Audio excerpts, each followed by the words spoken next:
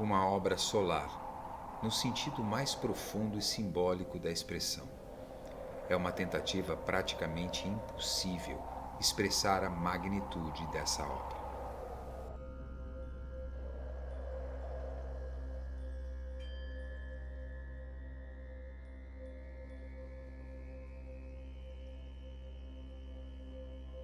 Corpus Hermeticum, Hermes Trismegisto.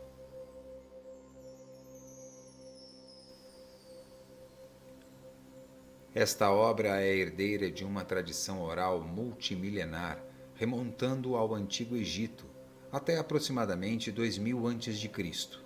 É composta de tratados e textos em forma de diálogo, formando um corpus teosófico, uma revelação dos primeiros princípios cosmológicos que vieram a se tornar a base filosófica e teosófica de todas as ciências sagradas que até o século XVI ainda irrigavam a cultura do Ocidente europeu. Escrita entre os séculos II e III depois de Cristo em Alexandria, no Egito, recém-fundada por Alexandre o Grande, e que viria a tornar-se o centro do novo império greco-egípcio. Alexandre e seus sucessores tinham como princípio não anular a cultura egípcia, nem a de nenhum dos países que conquistava, mas sim trazer a língua e a cultura grega para dialogar com a cultura local, criando assim um rico caldo cultural com um processo natural de aculturação de suas tradições e seus mitos. Os intelectuais e sacerdotes gregos transferidos de Atenas, Esparta e Tebas para Alexandria sabiam reconhecer a riqueza e até mesmo a superioridade da cultura milenária egípcia, que ainda se encontrava viva.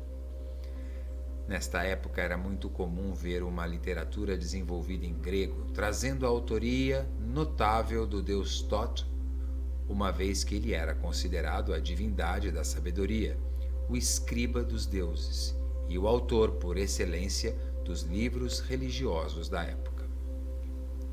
Esse foi o caso dos textos e tratados que compõem o Corpus Hermeticum, traduzidos possivelmente de um texto original egípcio e de tradições orais egípcias para a língua grega e realizado por egípcios versados na filosofia grega. É iniciado com um tratado introdutório e o mais célebre deles, fundamento de todos os outros, sobre o encontro e diálogo estabelecido pela inteligência divina personificada, autodenominada como Poimandres, com o deus Thoth, Hermes. Vejamos agora um recorte literário desta introdução. Capítulo 1, Poimandres. Diz Hermes: Um dia eu refletia sobre os seres. Meu pensamento pairava nas alturas e todos os meus sentidos corporais estavam entorpecidos, como quando de um sono pesado que se segue a muita comida, a excessos ou cansaço. Pareceu-me então que se apresentava diante de mim um ser imenso, além de toda medida definível, que me chamava pelo meu nome e me dizia: O que queres ouvir e ver? O que queres aprender e conhecer? Então lhe respondi: Quem és tu? E aquele ser me respondeu: Sou o Poimandres, a inteligência da autoridade suprema. Sei o que desejas e estou em toda parte contigo. Quero ser ensinado a respeito dos seres, compreender a natureza deles e conhecer Deus. Recebe então na tua mente tudo o que queres saber. Eu te instruirei. Com essas palavras, ele mudou de aspecto e imediatamente tudo me foi desvelado de uma maneira indescritível. Tudo se tornou uma luz serena e agradável que me encantava a vista. Logo depois, caíram trevas espantosas e terríveis, difundindo-se de maneira espiralada, semelhante a uma serpente. Pareceu-me ver essas trevas transformarem-se em um tipo de natureza úmida e turva, exalando uma fumaça como a que sai do fogo e uma espécie de som. um gemido indescritível.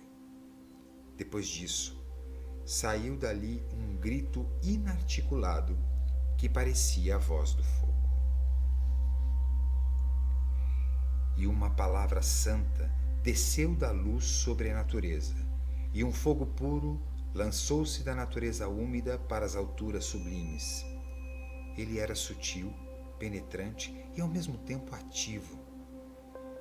E o ar, em sua ligeireza, seguia o fluido. Da terra e da água, ele se elevava até o fogo, ao qual ele parecia suspenso. A terra e a água permaneciam misturadas, sem que fosse possível ver uma através da outra. E elas recebiam um impulso do sopro da palavra ou do verbo, que podia ser ouvido movendo-se acima deles. Poimandres então diz: compreendestes o que essa visão significa? E Hermes responde: hei de compreendê-lo. O início do capítulo que acabamos de ler traz um momento de grande revelação, onde explica com grande clareza e riqueza de detalhes a natureza de Deus, a origem do universo, além da estrutura e do destino do universo e da vida humana. Essa é a revelação que se desdobra nos tratados seguintes, onde Thoth Hermes transmite os segredos ocultos do universo para alguns discípulos escolhidos, e que formarão a raiz, o núcleo da doutrina daquilo que se convencionou chamar de tradição hermética, e que remonta às raízes da cultura ocidental como nós a conhecemos ainda hoje. Sabedoria divina anterior ao cristianismo influenciou grandes teólogos e filósofos cristãos do início da Igreja, inspirou os grandes filósofos neoplatônicos. Teve adeptos entre os teólogos da escolástica como Pedro Abelardo, impactou a escola de Chartres, chegando até a alguns santos como Alberto Magno o Grande. Foi referência dos principais filósofos renascentistas, criou as bases dos místicos Paracelso e Robert Fludd, e deu subsídio simbólico para visionários e metafísicos como Jacob Boehme. Sua influência também é vista nos manifestos Rosacruzes, no pietismo alemão, no romantismo e no idealismo alemão, chegando a ser ritualizado na maçonaria operativa e especulativa, e paradigma fundamental das fraternidades alquímico-espargíricas, chegando também até as ordens de cavalaria. Para encerrar esse vídeo, agora eu apresento um pequeno trecho do fragmento 1 do Pupila do Mundo.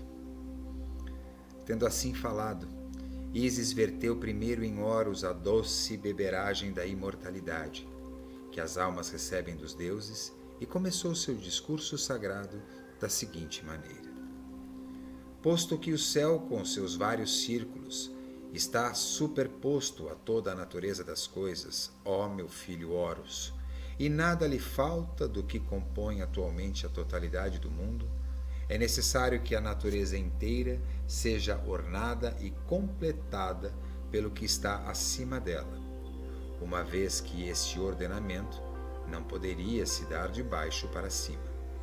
É necessário que os grandes mistérios tenham supremacia sobre os pequenos. A ordem celeste predomina sobre a ordem terrestre, pois a primeira é absolutamente fixa e é inacessível à ideia da mortalidade. Este foi Corpus Hermeticum, de Hermes Trismegisto, editado pela Polar. Eu sou Marcelo, seu vendedor de livros Polar, e desejo boa leitura.